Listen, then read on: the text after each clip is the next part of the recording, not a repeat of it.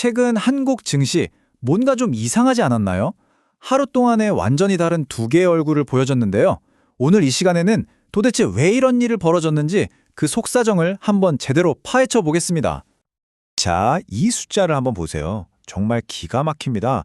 우리나라 대표 지수인 코스피는 겨우겨우 플러스를 유지하면서 버텼는데 다른 한쪽인 코스닥은 그냥 푹 주저앉아 버렸어요. 완전히 정반대의 길을 간 거죠. 아니 어떻게 같은 나라, 같은 시장에서 이런 일이 동시에 벌어질 수가 있죠? 오늘 이야기는 바로 이 미스터리를 풀어가는 과정입니다. 자, 그럼 첫 번째로 이 시장의 두 얼굴부터 한번 자세히 들여다보죠. 이 엇갈린 숫자들, 대체 뭘 의미하는 걸까요? 그래프로 보니까 차이가 확 느껴지시죠? 코스피는 사실상 제자리 걸음. 그런데 코스닥은 1% 넘게 뚝 떨어졌어요. 투자자들 입장에서는 정말 충격적인 하루였을 겁니다. 그러니까 정리하자면 덩치 큰 대형주들이 모인 코스피는 어떻게든 버텨냈는데 기술주 중심의 코스닥은 힘없이 무너진 거예요. 그럼 왜 이런 일이 벌어졌을까요? 역시 돈의 흐름을 따라가 봐야 답이 나옵니다. 자, 그렇다면 이 위태위태했던 코스피를 누가 딱 버티게 해줬을까요? 누가 사고 누가 팔았는지 투자 주체별로 한번 추적해 보겠습니다. 와, 바로 이 표에 오늘 이야기의 핵심이 다 잠겨 있습니다. 진짜 흥미로운데요. 보세요. 외국인이랑 기관, 우리가 흔히 큰손이라고 부르는 이들이죠. 이 사람들이 코스피는 사들이면서 코스닥은 무려 3천억 원어치를 그냥 던져버렸어요. 반면에 우리 개인 투자자들이 그 물량을 다 받아내면서 코스닥을 방어하려고 했지만 역부족이었던 거죠. 그러니까 그림이 아주 간단해지는 겁니다. 큰손들은 코스닥은 일단 빼자. 대신 코스피 우량주는 괜찮아. 이렇게 판단한 거죠. 그렇다면 그 돈 다 어디로 흘러들어갔을까요? 네, 이렇게 시장 전체가 어수선한 와중에도 돈이 아주 똑똑하게 찾아간 곳들이 있었습니다. 이날의 깜짝 승자는 누구였을까요? 이날 시장을 이끌었던 주인공은 크게 세 부류였습니다.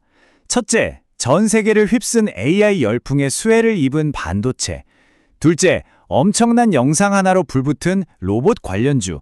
그리고 마지막으로 모두의 뒤통수를 친 한 패션 회사의 실적이 있었습니다.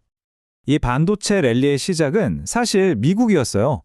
밤사이에 엔비디아 주가가 무려 7.87%나 폭등했거든요. 그 뜨거운 열기가 태평양을 건너와서 우리나라의 삼성전자랑 SK하이닉스에 그대로 전달된 겁니다. 이 두 공룡이 코스피 지수가 무너지지 않게 꽉 붙잡아 준 거죠. 그리고 이건 진짜 재밌는 얘기인데 현대차 그룹이 공개한 휴머노이드 로봇 아틀라스 훈련 영상 혹시 보셨나요?